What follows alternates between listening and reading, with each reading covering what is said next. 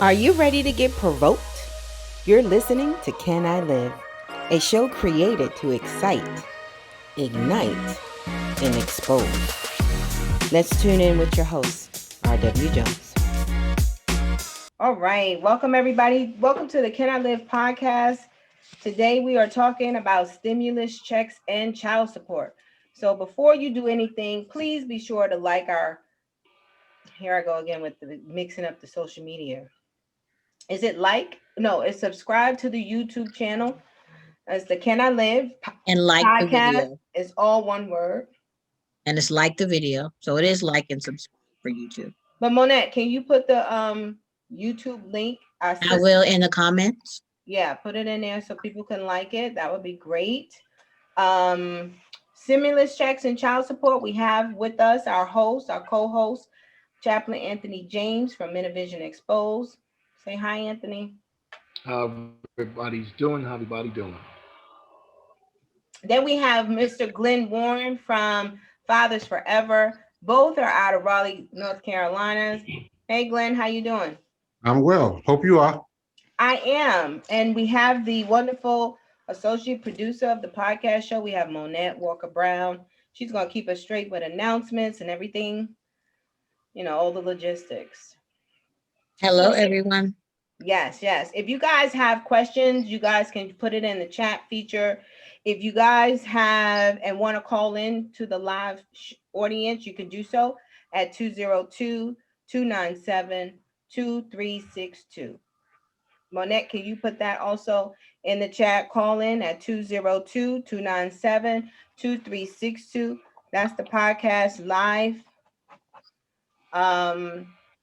hotline, and it only works on Tuesdays at 7, at least for this purpose. But if you guys have something to share, a story, if you guys are right now maybe still accruing child support and you have lost your job during COVID-19, but you are still being obligated to pay at the standard that you were when you were employed, please make sure you follow this. We are like 6 months. We got 6 long months, 6 great months before us. As many of you know, we are on a mission to move 1 million moms off the welfare system. And you might be thinking, well, what does moving moms on welfare have to do with child support? Everything. In fact, when they engineered the system so meticulously, they made sure that every system connected, and that not only connected, but they knew that in and upon certain type of pressures or circumstances, like any human being, we would just kind of do certain things. And so there was a report to Congress that was put out that basically said that child support was an indicator to seeing how long a mom would stay dependent on welfare, or how long she would stay on welfare altogether. And so, we were always called to the work. This wasn't something we decided to do. It was something we were already doing, and we found that piece of information. So herein lies, you can't move 1 million moms off the welfare system without dealing with fathers, without supporting fathers. And so we wanted to make sure we started this initiative this year with really kind of honing in to supporting the needs of dads around the United States. So we have a short film. Before COVID came, we were ready to do our screenplay, and then COVID hit, and so we were just kind of twiddling our thumbs, and we thought, how can we take this play and still make it something? So we turned it into an animation, which we call our stage animation, is a animated stage play, and that is set to debut on Father's Day of 2021. So we're really excited about that. But we have so much to talk about before we debut a film about these 5 men who get, I don't want to say hoodwinked, but slammed against this one-sided child support system, some controlling, conniving, vindictive women, and just their own bad choices. But they're 5 different men with different backgrounds, and each has a play or a part in, you know, the nuances or the gaps in the child support pipeline. And so look out for that. Tickets will be on sale soon. Again, make sure you are subscribed to our channel. You like us on Facebook, you subscribe to YouTube, yada, yada, yada. So if you guys have questions, you will put it in the chat. If you guys want to call into the show, 202-297-2362, 202-297-2362. And so here we go. Stimulus checks. We know COVID came. Everybody lost their job. People got unemployment. And then unemployment stimulus part kind of faded away. And then you have some men and women who are non-custodial parents still required to pay that same amount of child support.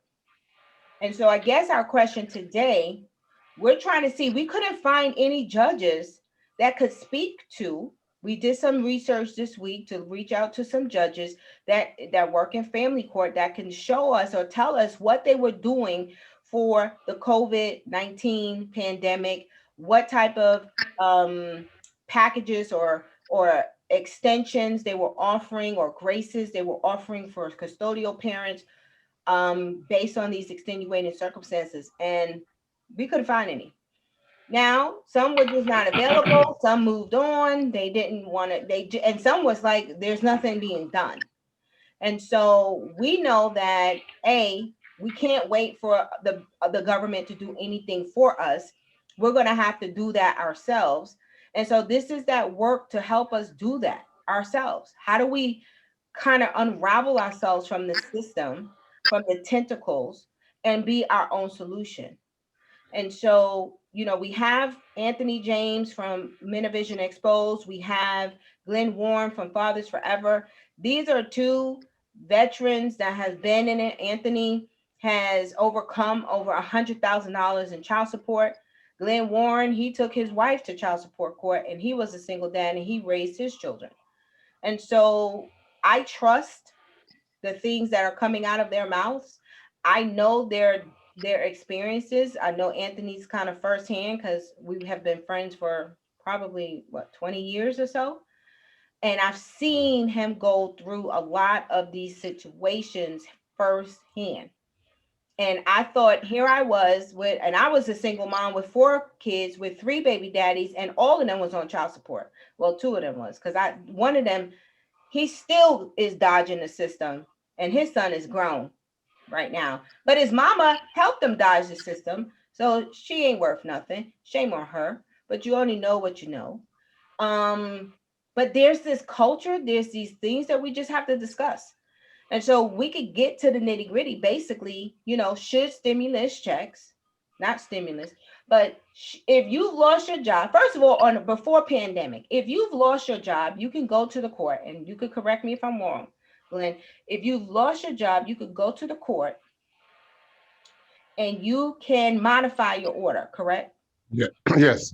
You can file for a modification based on your current income. So if you was making 60,000, you lost your job, now you're down to 25,000. You go before a judge, and the judge is the only one that can make that modification. The case load will put you on the docket. You get before a judge. Sometimes that takes 2, 3, 4 months, but eventually it happens, and you have to go and you have to pretty much prove to the court that you lost your job. Sometimes by no fault of your own. Now, if you resign on your own, or quit, I got fired, the judge still may not do it. Right. He may not do it.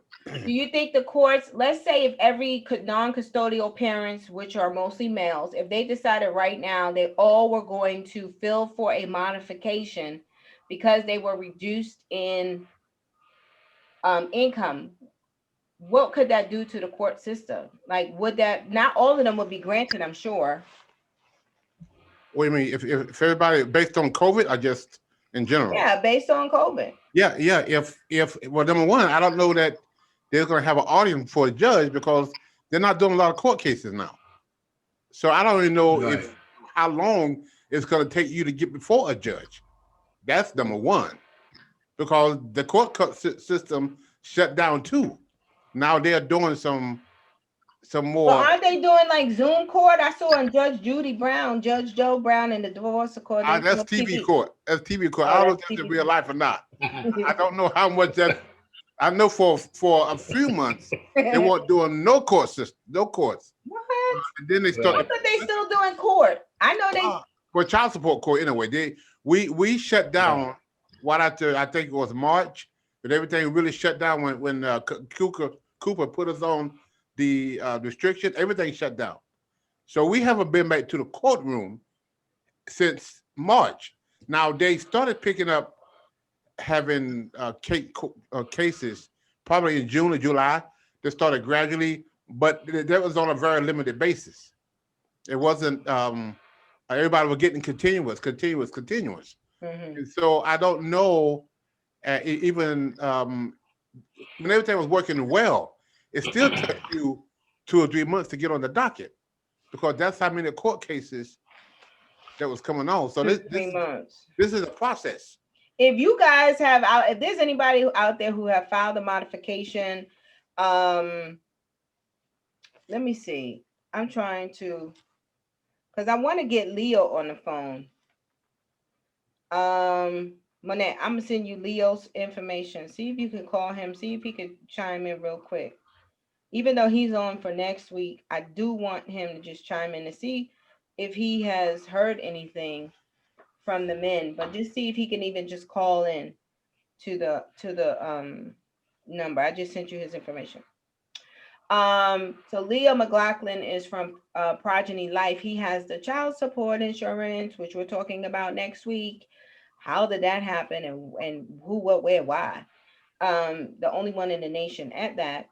But so men are not right now, at least I don't know of any, asking for the modification.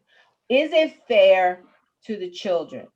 I know women are going to say, why can't he just accrue it and pay it off when the pandemic let go? Why does the children have to suffer? What would you say to that, Anthony? Nah, it's not fair. It's definitely not fair to the well, first and foremost, let me start off by saying this is a double-edged sword. You know what I mean? It's justice for the women who need child support, who wants the child support from the men, and it's an injustice for some men that's really trying to do the right thing and can't pay the child support. So it's definitely not good for the children because the children had nothing to do with this, and so they just in this world they don't know what's going on. So I think it's an obligation to the men to try to find some kind of way to get some money because I promise you they know how to go get some money. They know how to get some money. So I'm gonna say with that question, yeah, it's not fair to the kids. It's not fair to the kids because some of these men don't even try to do a modification. Like right now, you said the court right now, it's a lot of I still pay child support for one of my children. So at the end of the day, they tell you I've been calling, trying to see what's going on with my case and all that, but I'm good. But they tell you to email. Man, stuff is so backed up. They're saying, oh, it's too many people online right now. It's not many Who are you people that trying can to help you email? right now in email to find out information or go on the website.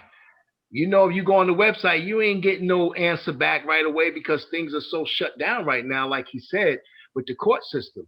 So the kids are like, if for the most part right now, if it's not coming from the mother, man, the men ain't giving up. The men ain't really, if the men ain't going by giving up no money out of their pocket, them kids ain't gonna see no money.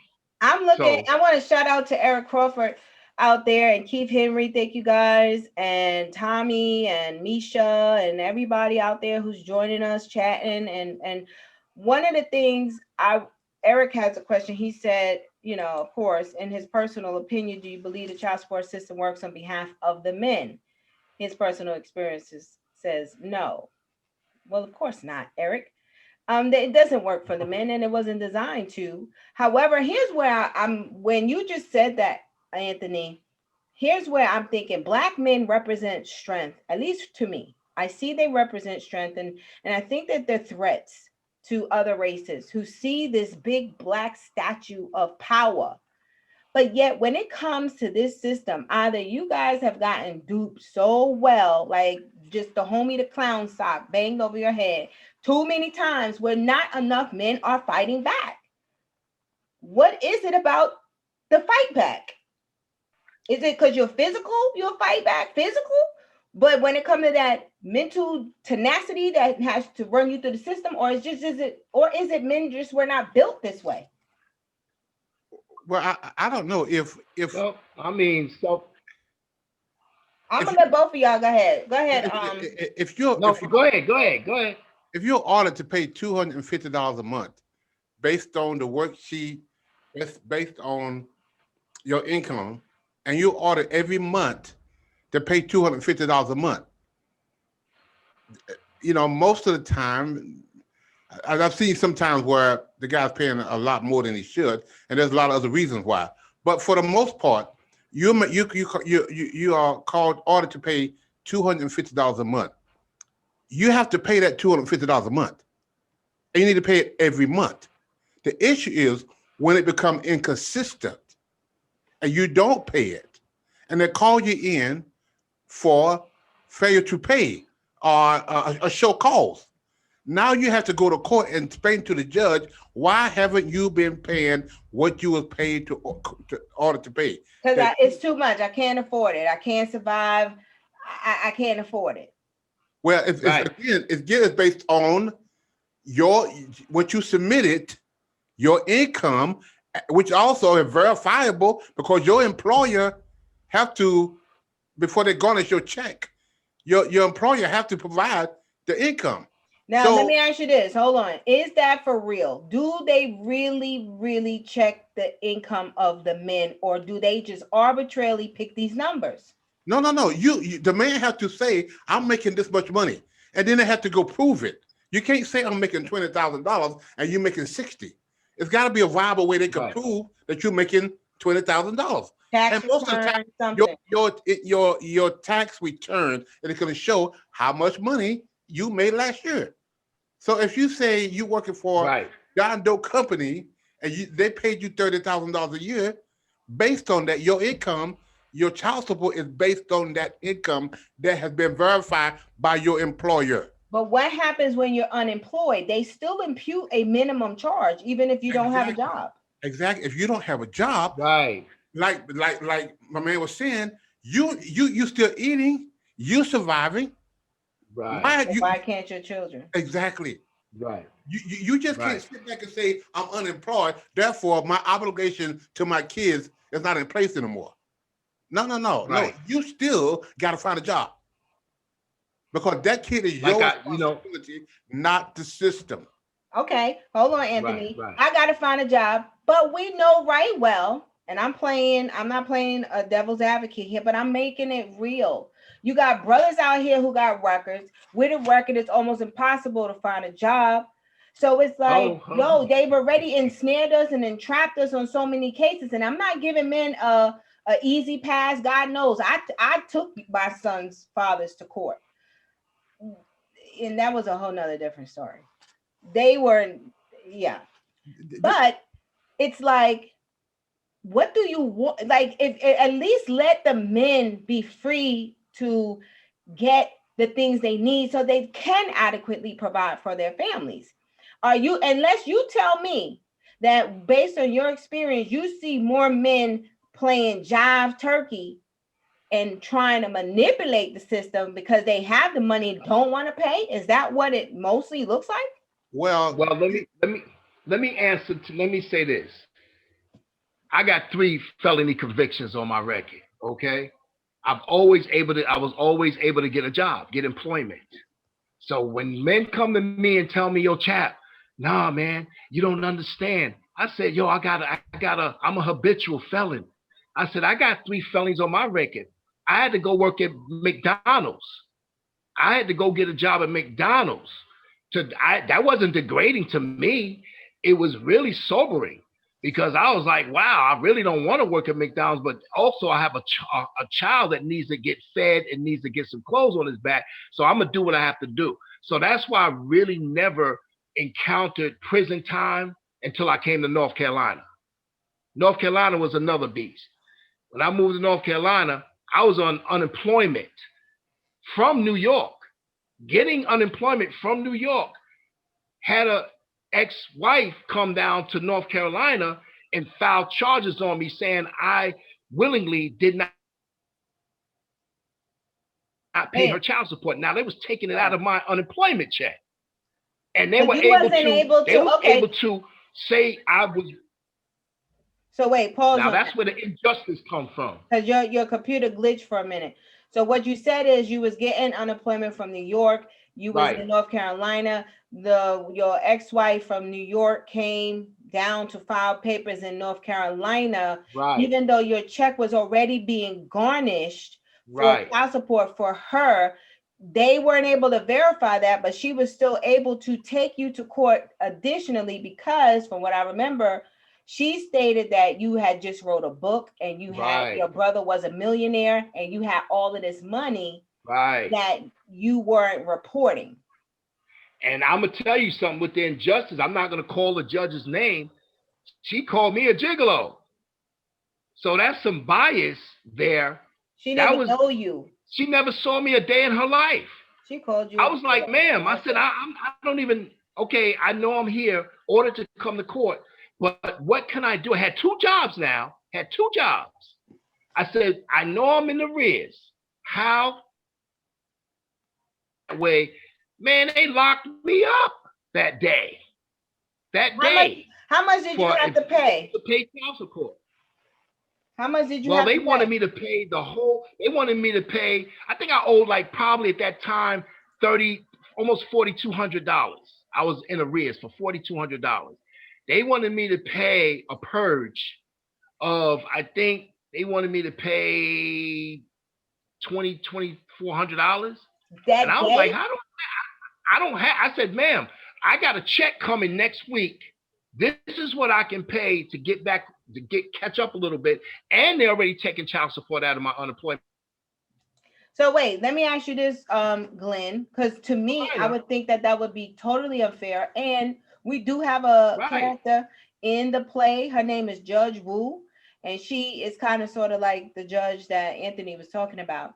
But in the respect that, first of all, she calls him out his name, disrespectful. She should have been reported to the Bar Association, number one. But number two, he's already paying child support, and they put him in jail when he had a job because they wanted him to pay a certain amount of money. Is that not unfair? Or I'm gonna make up a word, unfair, like a due process, inability to pay, and then I go to jail. There's no accountability to that.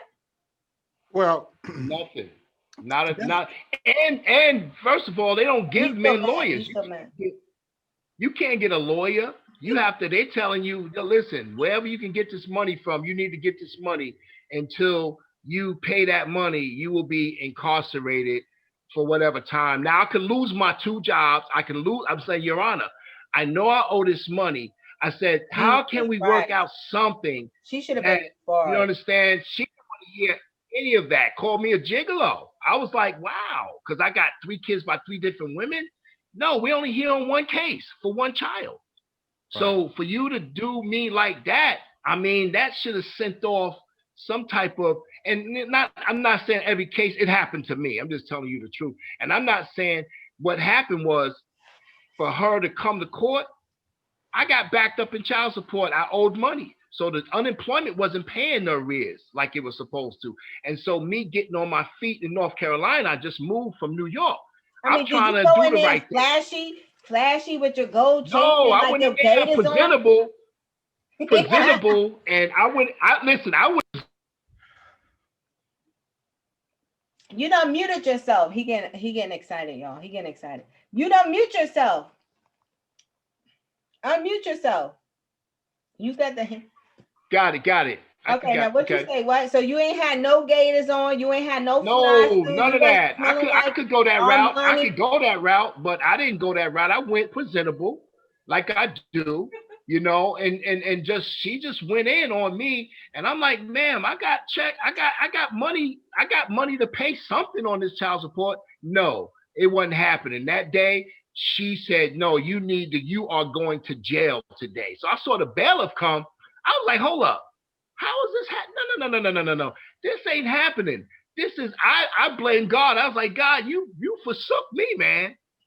Here I am trying to do the right thing, and here I go I getting know you was railroaded. hot like fish grease. Oh man, listen, I could have lost my car. I had my car was in the parking lot.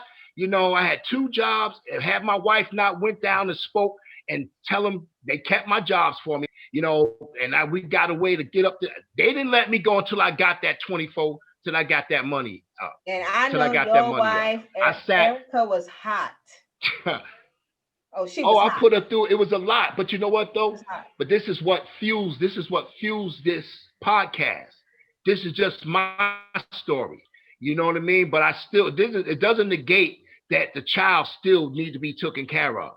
You know what I'm saying? I'm never gonna agree with any man saying, "Oh, I can't afford to pay child support," but you smoke weed and you putting on nice Jordans and all that. I don't buy into that.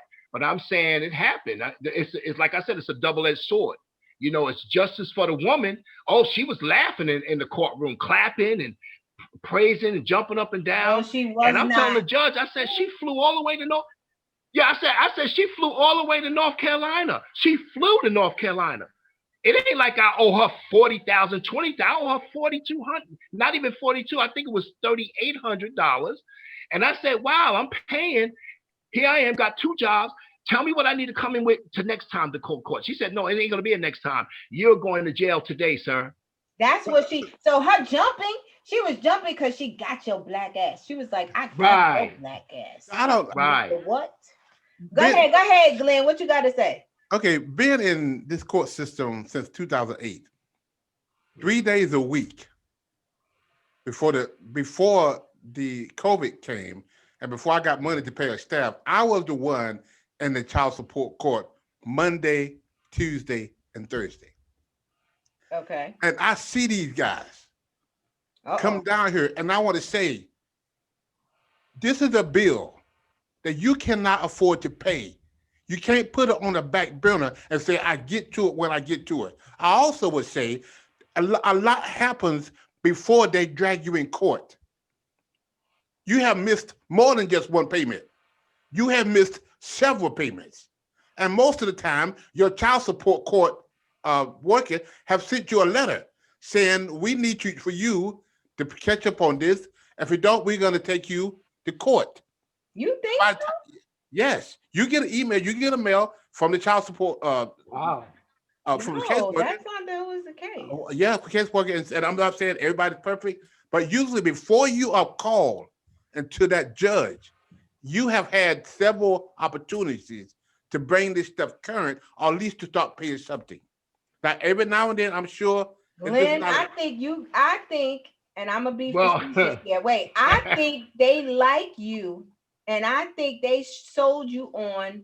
I'm watching to be processed. I'm watching real life. I'm watching real life stuff. I'm watching this court. I'm not watching TV. I'm watching this court. I'm watching these guys come in who are 3, 4, 5, 6 months behind since they paid their last child support payment.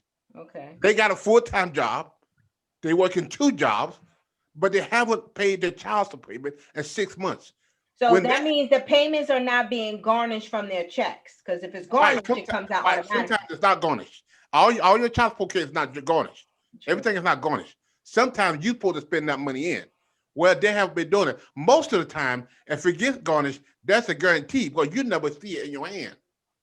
But if it's not garnished, right, your responsibility to send that money in. The issue is a lot of the guys are not sending that money in.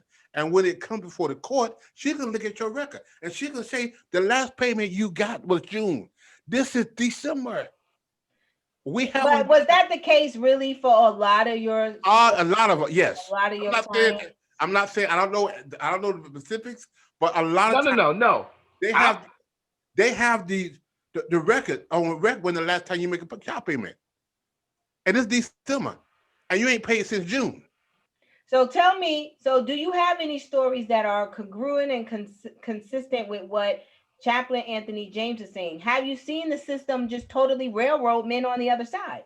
Well, there's been some times where I think this guy is obviously paying more in child support than he should be. And I don't understand all of that because I don't understand the worksheet. So when you go to court, it's just a snapshot of what's been going on.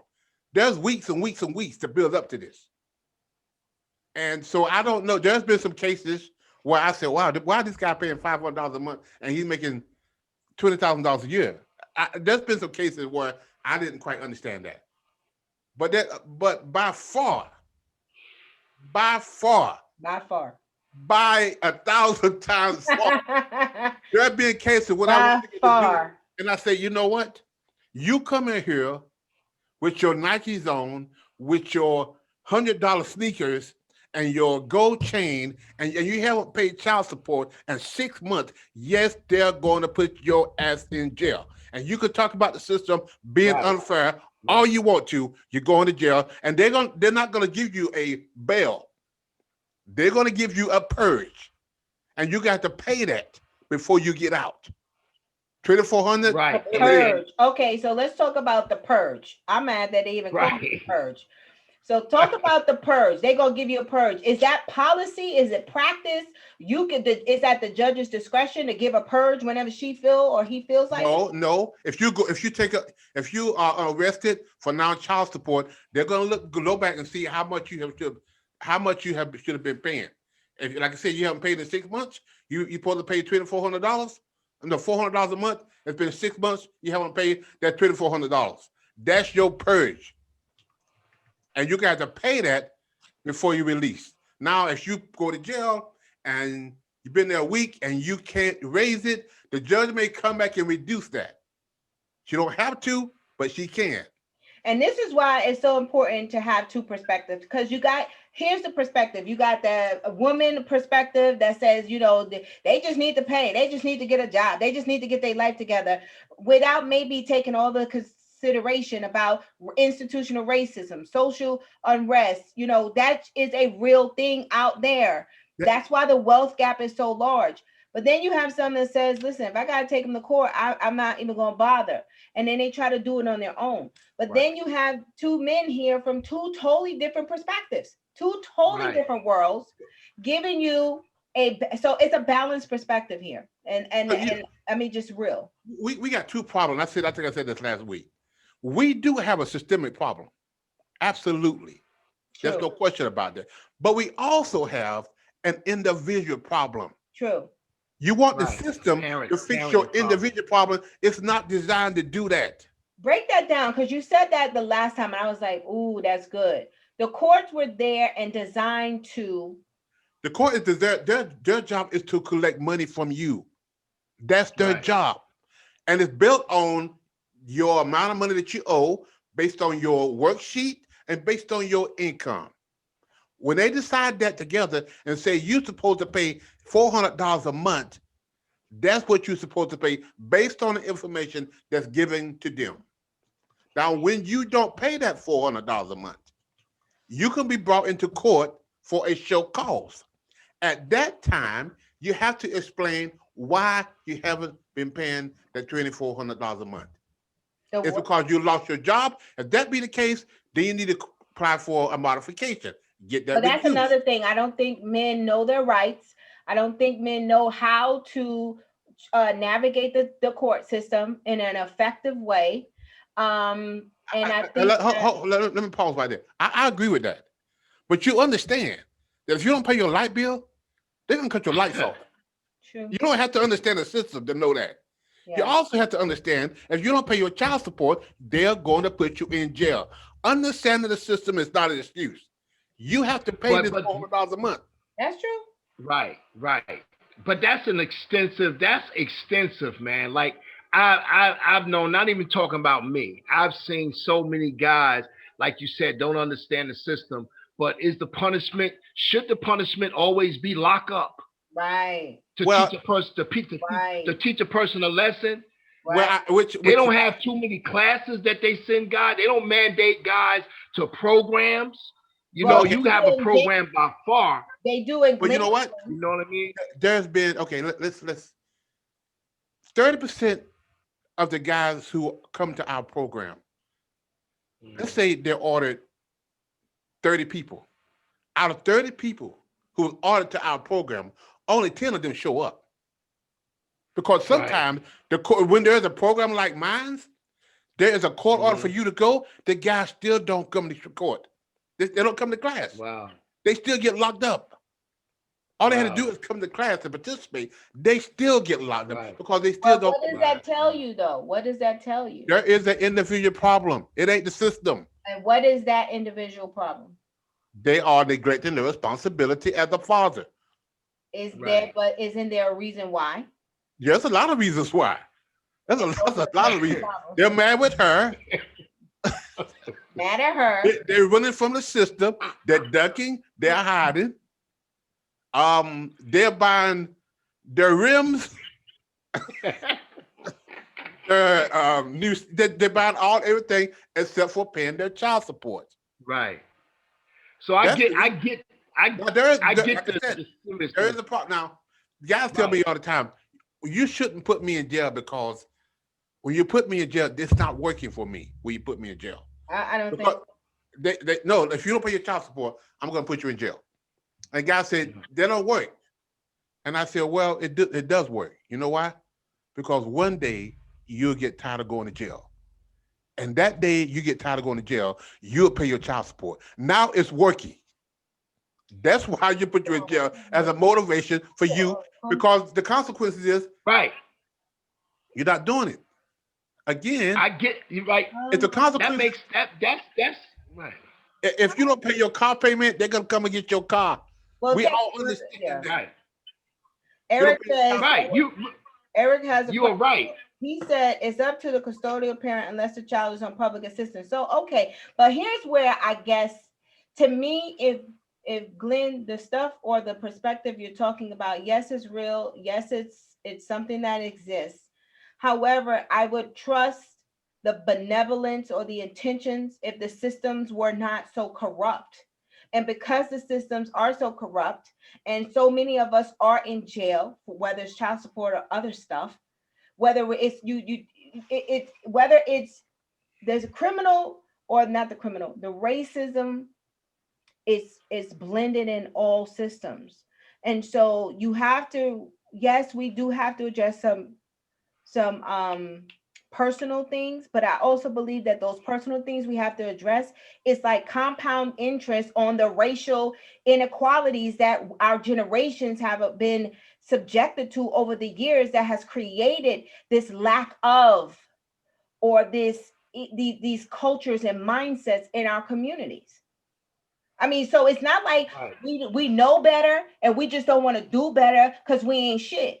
That's not the conversation. We come from greatness, but when growing up, it's like you can't win for lose. So a man is not just fighting child support and being a father. He got to fight the whole world on all fronts all the time. And I can't even believe I am like the champion for Black men today. That sounds. Can I say this? Can I say this? Please. There's a new term for slavery, and the term is criminal. Once you get incarcerated, you become a criminal. Now you're enslaved. Now it's hard to get a job. See, all that goes into effect. You know what I mean? I get the child support because to me, what's important from the system that I saw and see today, the welfare is more important than the well-being. That's what I see. Because it's okay for you to get locked up for not paying child support, but how come the court don't mandate men to see their children and be involved in their children's lives? Where's that come into play? That's not talked about at all. You go, we want the child support. Oh, you owe. Okay, we got that. We're gonna lock you up. But where's the child and the father? Where's that component of the father and the child? Ain't that important too? The family court part of it? I believe it is, but in the sense of, okay, I made this child. It is my responsibility. I have to pay for it.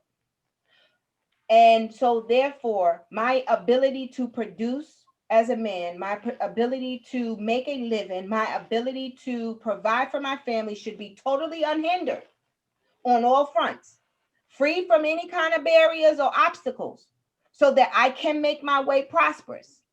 And I think that is the challenge that happens, that these men, when they're dealing in these relationships, Yes, it requires great emotional intelligence and all kind of fortitude and diligence and character and integrity and all of these things.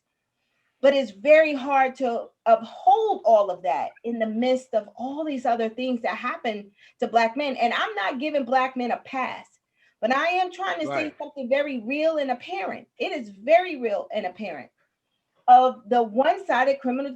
And I believe you judge it by the fruit that it bears. And if the criminal justice system or the child support system is full of non-custodial minorities, Black and brown, and they're low income, then maybe they're not deadbeat after all. Maybe they're just dead broke and they never had the tools. No one gave them the tools to show them how to be a father, a dad, how to master your emotions, your anger, how to articulate, navigate, and take in what this experience is and be able to express it in a way where it doesn't tear you down, but builds you and your family up. So that's the personal stuff I think Glenn is talking about. And that's why Fathers Forever exists, to teach you all the dynamics and how to be a man and a father and Right. handle all of these dynamics at the same time. However, if we were not a punitive system, and if the system was not so punitive against African Americans, then we would not see the outcomes that we see. And so when we have our policy agenda, what's wrong with educate, not incarcerate fathers for failure to pay child support? What's wrong with using jail as a last resort? What's wrong with mandating them to programs like Fathers Forever? Off the Right. rip, just like you said with DWI, you go to jail, but you also are mandated to take DUI courses. Right. Right. Why Yeah, couldn't that be a thing? because now that's a part of the system that needs to be fixed. Because most again, a lot of the guys they wouldn't come on their own. So Right. when you get a DUI, you want to get your license back. You take these substance abuse classes. That's good, You Eric. want to get your license back. My program don't work very good without a judge, because you know why? Because the judge has to make 95% of the men is not going to come to the class on their own. Right. They're not going to come. You could tell them all day long to go to this class. You're not going to do it. You But got to if be the a judge motive makes behind them it. come, if the judge makes them come, No, that's when it works. When the judges say, so if we get more judges on board and say, you know what, Right. we're not just going to throw you in jail.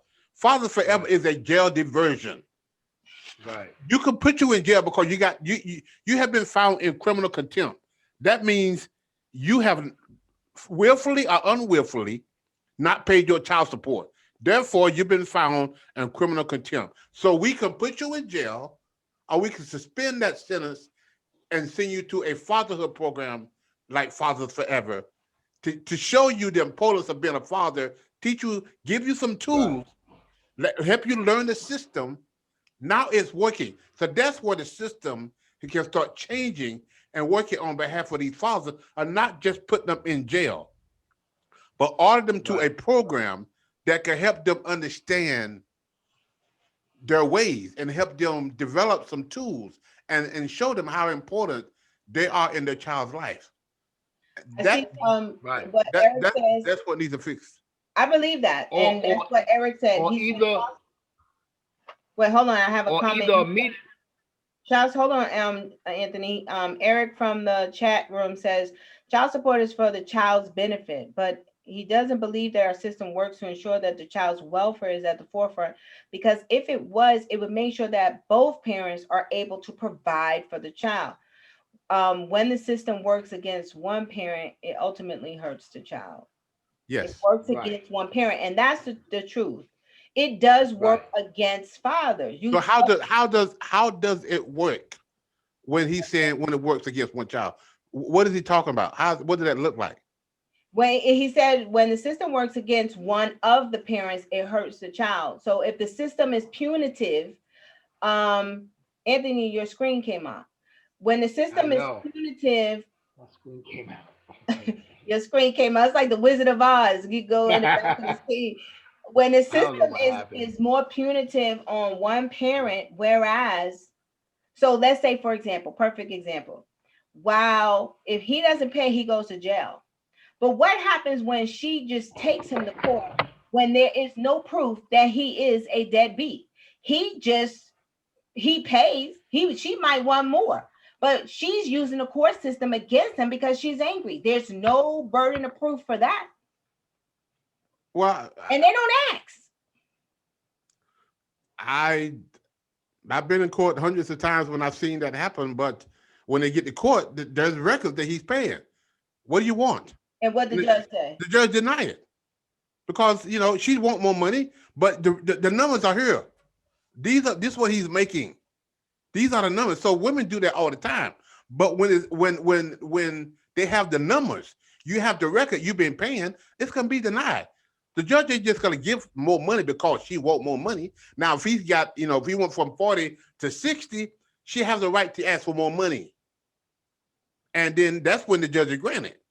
But if she just asked for 40 because of the heck of it, because he got a new girlfriend, and there's no proof that he got an income increase, the judge gonna deny it. I've seen that happen 1,000 times too. So you would agree that for sure, based on your experience, just like with the men, that you also know that the women do use the court. Oh, absolutely. I'm telling you, just like I get mad with the men for do the craziness they do, the women are just as bad because everything is fine until he gets a new girlfriend. That's when all hell breaks loose. Because maybe in the back of her mind, they're going to get back together. And when he says, I'm moving on, for whatever reason, that's when that fury comes in. And no, because he don't really move on. He be trying to creep up in the sheets at night. And I tell him, don't do that, dude. Because you may get some that night. And then you're going to find out you creep with somebody else. It's over. You're going to pay for that. Stop teasing. Stop playing with her emotions. Stop telling her, making her leave, think y'all gonna get back together, and you really ain't trying to get back together. You're just trying to stop her from paying putting you on child support. So what you're saying that men use their absolutely. I'm telling you, both sexual organs to help it. Yes. To put the woman in the trance so she don't go take she's still in love with him. Oh geez. Still got needs. And he said, you know what, come on, let's get together and put me on child support, everything is fine. But then she finds out that he's dating this girl over there. He has no intention of really coming back to her. That's when all hell breaks loose. I'm violating you. Or the guy could walk away and say, look, I'm done. This is over. There's no chance of us getting back together. And she may still have hope. But when she sees that new girlfriend, that's when now the anger comes in and she take him to child support. So I tell the guys, start paying child support on your own. Keep records. So if she ever do that, you could go before the judge and say, hey, I've been paying these child support every single month. Whatever you agree on to pay. We said we're gonna pay $200 a month. Make sure you get that $200 money order. Because now you go for the judge and she may get mad and say, you ain't been paying, judge. I got a whole year of every day. That's one of the things I hate when men don't have their paperwork. They don't have that paperwork. I'm because like, they don't expect her to do it. That for whatever reason, a lot of times, she tell them, everything is good again until she see the new lady in his car. That jealousy kicks in. They don't have nothing to do. Oh man, come on. Kicks in. But you know what? And that's true. But I'm gonna add this. Excuse my screen, but I don't know what happened. Yeah, what happened? You know what? Press the camera and then press it again. Press your camera and go off and then press it again. That is too funny. That's kind of like that's his beautiful wife, y'all. No, I don't doing that because Raquel, you already know. Can we keep it like this until disconnected? Go ahead, catch up. But I apologize for the screen stuff. But anyway, what I was saying, we talking about, the system has a responsibility, and so does the individuals have a responsibility. And so my thing, what I would love to see, why I'm so fired up on doing this podcast, trying to change some things, system, whatever we got to do, a mediator. There's no mediation at all. there's just one side to this thing. Yeah. You know what I mean? And if a mediator can get in there and say, you know what, hold up, man. Like you said, the woman gets angry because the man got found another woman or whatever, and she just goes in there and gets pissed off at him. But like you said, the men have to do better too, have to be more responsible, tracking your paperwork. If you are paying child support or whatever, that'll help you out. But man, ain't no mediation, man. There's no mediation. This ain't changing. Which This is is not which changing. is another thing. The court is another. That's another policy change that can affect that. Before when you go file for that divorce paper or that separation paper, that the court system can mandate the man and the woman to go before a mediator. That way, you know, order them to go into a program that could show that, okay, now you're separating. You're going to be co-parents now. Let us give you some tools of how to co-parent. And which is what we do, part of our 12 weeks. We give you a lot of tools on how to co-parent. So let's do this, because I cannot believe it's 8 o'clock. It's 8 o'clock already? Wow. This is good. It's 8 o'clock already? Dang. It is 8 o'clock, y'all. I'm like, oh, it is. 7:58. It's 7:58. Man, we ain't even touched the iceberg, man. Haven't. So in a nutshell, should what should parents do right now, non-custodial fathers, what should they do? Should they go to court, at least put the order in to modify the court order to reduce their payments? Yeah, call your social worker and ask them what can you do to start the modification process. Right. In the meantime, right, you still obligated to pay that ongoing child support. And if you can't pay all of it, pay some of it. Right. Put $25 in, $30 in. Send something. Don't just disregard it. Communicate with your caseworker is very important. You need to let them know what's going on. And a lot of times it is good when you do email because there is a trail.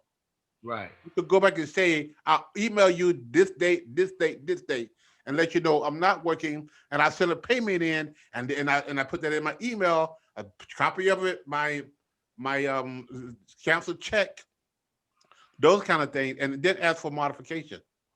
Right. You know, those are the kind of things that a lot of times when people got the stimulus check, that could have been an opportunity for them to catch up on at least some of their child support. Right. If they didn't. Right.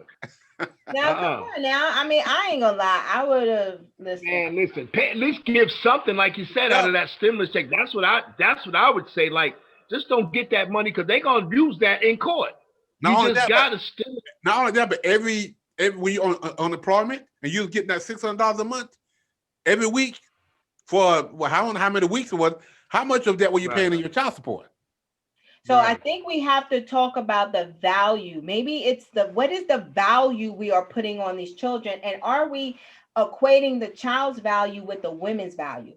I think there's an association where we take this child and we don't see it as a child. We see it as it's her, and I hate her. Exactly. That's why, because I hate her. That's why sitting, and I know we got to go, but sitting in the courtroom for so many years and watching these parents put the kids in the middle of their fight. Right. That's why I wrote the book about the breaking of a child. Where's your book at? You got a copy of it? Yeah, it's called. What is it called? When Love Is Not Enough? When Love Is Not Enough, the breaking of a child. I don't know if you can see it or not. Yeah, but no, do it the other way where you had it the first time. What do you mean? Turn it around. Like that? Like put it back on the table. Oh, like this. There you go. You can do it like this. When Love Is Not Enough, where can you find that book? On Amazon. Amazon. They could go to Instagram, Glenn Wharton Speak. When Love Is Not Enough. You go to our website. Yeah. And I talked about, it's called When Love Is Not Enough, the breaking of a child. Why I call it When Love Is Not Enough? Because both men, when I asked them a question, how many love their kids? Yeah. Both men and women hold up their hands, hold up their feet. They love their kids. There's no question. The issue is your love for your child is not enough to keep people putting your kids in the middle of your fight. It's not. That's why the breaking of a child comes in at. I'm gonna buy your book tonight, Glenn. Where your book at, Anthony? My book, I don't have it with me. It's in my car. I don't have a copy with me. So here we are. See, we're not just talking about this, we do this. And here is Get Your Hands Out My Pocket. It's the hands-on guide to avoiding the child support system. As you can see, this is my in-house version. Here we go. This. There you go, the millionaire's brother. Did you know that Chaplain James is actually the brother of an NBA basketball player, and and we won't say his name, but he is a millionaire. And Anthony talked about the stories of, you know, how that dichotomy of being a millionaire's brother and still having a struggle, and what that was like, particularly around child support. So you know, it's a really juicy book. It's a book of nothing but testimonies. It's awesome. When Love Is Not Enough, Get Your Hands Out My Pocket, the hands-on guide to avoiding the child support system, Get Your Hands Off My Butt, the hands-on guide to avoiding the welfare system. All of these books you can find on our Instagram. You got The Billionaire, Billionaire. You got Glenn Warren Speaks, and you got Chaplain Anthony James. Once he gets his screen back up, which he will do so next week. It has been wonderful, you guys. Like I said, next week I know we are hopefully going to have Leo McLaughlin from Progeny Life. He has the only child support insurance company in the world, in the whole world. So we're going to talk to him about his experience and how and what led him to create the only child support insurance company in the world. To whereas if Anthony had the child support, that judge could then use that bond or whatever that policy is to avoid contempt of court. And so we have all the tools that you need to cure this solution or cure this situation. I'll say that. So we're not talking about it. We are it through and through, and we're really excited that we're presenting it in this time. Next week we'll probably talk about the educate, not incarcerate, because there was I think Anthony, you talked about Killer Mike, and all of them was talking about if you're not trying to change policy, then you're just talking. Right. And so we have a policy initiative that, you know, we've had for a long time, but we need people to push it. Congress is not going to push our policy that's going to reduce jails for Black men. So we have to push it ourselves. You can find our policy on 1mmow.org. That's the 1 Million Moms of Welfare.org, and it says policy. And you'll see educate non-incarcerate fathers for failure to pay. You see where if men go to jail, that their payment is automatically stopped. And if they work for prison corrections or prison enterprise, then that prison enterprise vendor needs to then pay their child support. Ain't no way you could go to jail and work for prison enterprise and your children starving at home on social services. Like that's not even it. So we have to, this is a long game. We know we can't fix this in a day. It's a long game. So our goal here is to have these conversations. You have experts, you have coaches, you have people who can help.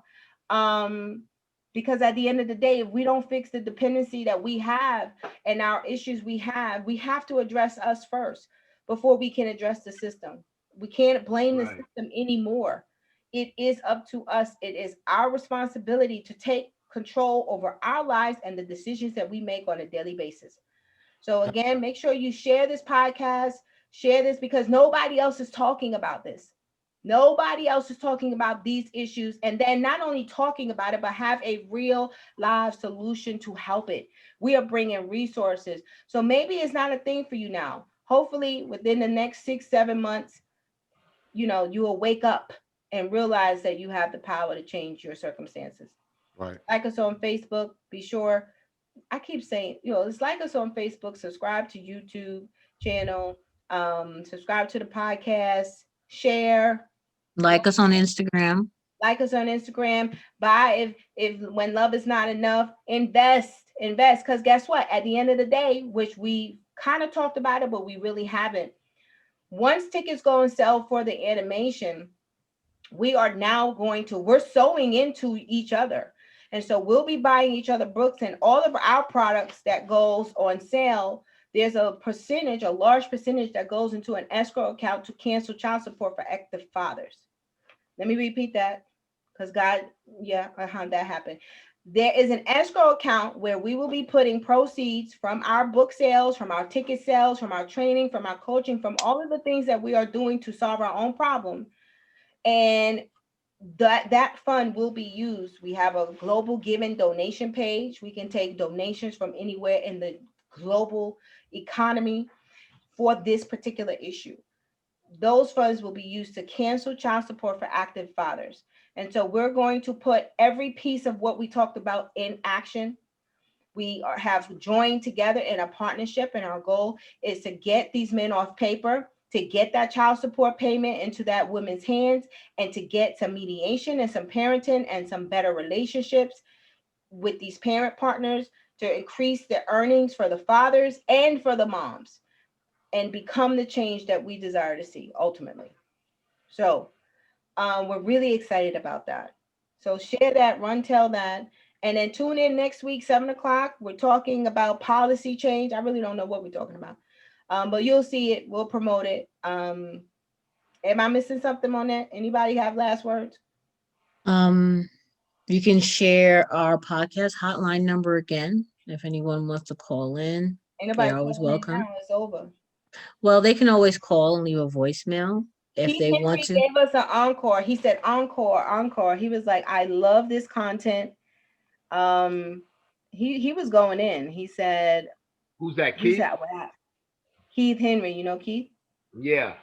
Okay. He said, I love this content. He said he must share these views. They were definitely strong. And he said encore. So kudos to you guys. Good job. You can anyone can email the podcast at podcast at canilive.org with questions.